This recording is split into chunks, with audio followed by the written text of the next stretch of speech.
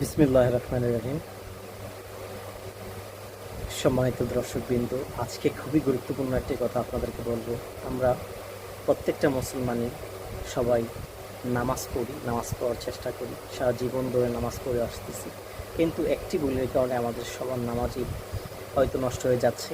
এবং আমিও উপলব্ধি করতে পারছি যে আমি জীবনে যত নামাজ পড়েছি সেই নামাজগুলো কবুল হয়েছে কি না বা না হওয়ার সম্ভাবনা অনেক অংশেই রয়ে গেছে। সেটা হলো অজু করার শুরুতে বিসমিল্লাহ না পড়া, অর্থাৎ আল্লাহর নামে যদি আপনি অজু শুরু না করেন সেই অজু কমপ্লিট হবে না। আপনার অজু যদি কমপ্লিট না হয় আপনার নামাজ হবে না।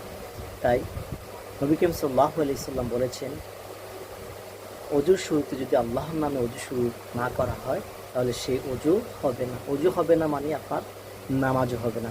চলুন এই কথাটাই আমরা প্রমাণ সহকারে একজন জগৎ বিখ্যাত আলেম থেকে জানবো। বিসমিল্লাহ পাঠ করা ওযু শুরুতে অনেক বিশেষজ্ঞ আলেমের মতে ফরজ। অনেকে বলেন বিসমিল্লাহ পাঠ না করলে ওযুই হবে না, আপনি যদি ভুলে বাদ দেন ওযু হলো না। যদিও সংখ্যাগরিষ্ঠ ওলামাদের মতে এটা না, তাদের মতে বিসমিল্লাহ পাঠ করা এটা ওযুর সুন্নাহ। এটা হলো ওযুর কি সুন্নাহ। এটা আপনি যদি বিসমিল্লাহ বলে যদি ওযু শুরু করেন তাহলে ওযুটার ভিতরে পূর্ণাঙ্গতা আসলো। ওযুটার ভিতরে কি আসলো? পূর্ণাঙ্গতা আসলো। ওযুটার ভিতরে ওযুটা আপনার হৃষ্টপুষ্ট হলো। এই ওযুতে ইনশাআল্লাহ আপনার সালাত পূর্ণাঙ্গ হবে, যে সালাত আপনাকে জান্নাতে নিয়ে যাবে ইনশাআল্লাহ।